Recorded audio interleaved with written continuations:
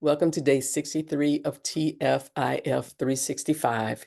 And today I just wanted to talk about the daily challenges I find myself having to face as I practice focusing as much as I can on what's possible rather than what is. So let's just give you an example of what I'm talking about.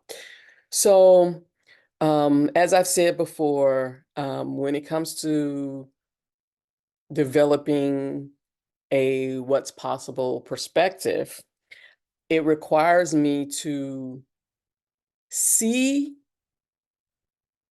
what is, process what is, without internalizing what is.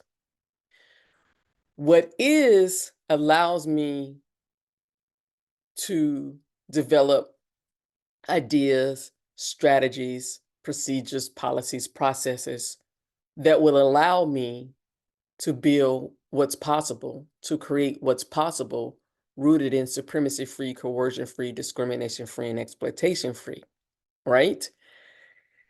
So in that process, on this journey, there are some doors I've had to close. There are some bridges I've had to cross and burn.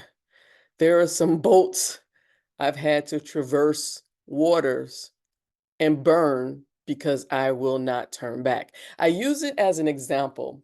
I'm not a very biblical person, but they're growing up in the church, certain stories, Bible stories. And I always say, I use two kind of stories. And one is, I feel that I am like Moses. I'm going ahead and I'm parting the Red Sea. Now, if you get drowned when that water comes back down, I don't know what to tell you. I'm not going back to save you. I'm going forward. And to go forward, I cannot look back.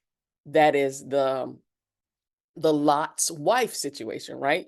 She looked back and she turned into a pillar of salt. So when I say I'm no longer putting new wine in old wineskins, when I'm um, understanding the philosophy or the idea or the narrative or the underlining assumption of what Audre Lorde says, and I may butcher this quote, but um, a master's tools will never dismantle the master's house. I'm no longer putting new wine in old wineskins. I'm no longer wasting my resources, my time, my effort, my energy on systems, institutions, and policies that are operating as designed. They are designed to privilege the few at the expense of the many.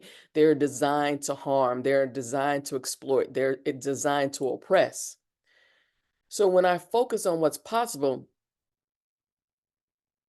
I have determined that I have to turn away from what is than to use what is as a data point for what's happening. So when I build what's possible, I have it's coming from a need. It's not, there's a reason for this, what's possible. So the example I have is, and I've said all that to say, basically I've cut myself off from any other income producing paths that aren't rooted in my own entrepreneurial ideas and efforts and investments of time, resources, or whatever. And I look at my friend groups and they're all these beautiful, professional, mostly Black women. Um, and I see that if something happens to them in their work. Let's give this example. Yesterday, I saw, focusing on what is, I don't know if it was yesterday, no, it was Friday. Um, the University of Florida fired all of its DEI staff, um, canceled all its DEI efforts, and whole teams of people are now without employment. When I look at that, I see that although their jobs, their efforts have been canceled full whole cloth, they are able to find other employment elsewhere. They are able to retailer their resumes and either decide to go on their own or get another or go to another employer. I've cut that off for myself. And when I look at how the world is operating right now, I become overwhelmed at times that whether I eat, whether I have a roof over my head, whether I can take care of myself in the ways that I want to take care of myself are my sole responsibility. I have no one to help me out, and I get freaked out at times. And I'm still working on strategies for helping me refocus in those moments on what's possible. And because that's the only way that I can filter what I'm where I'm going, what I want to experience, how I want to live my life. I don't want to leave this earth. I do not want to make my transition never having experienced the level of liberation and freedom that not only I would desire for myself, but that my ancestors had to give so much up for me to experience. And so, yeah, that's a lot. And that's just one situation. This is what I think about all day, every day.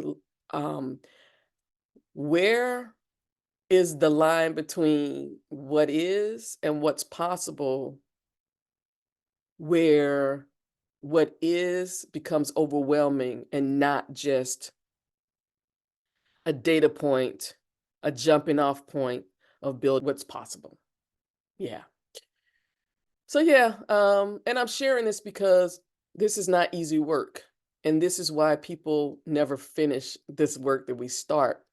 Because to do this, and this is why I'm doing TFIF 365, because this is an everyday, all day practice. So until tomorrow, peace.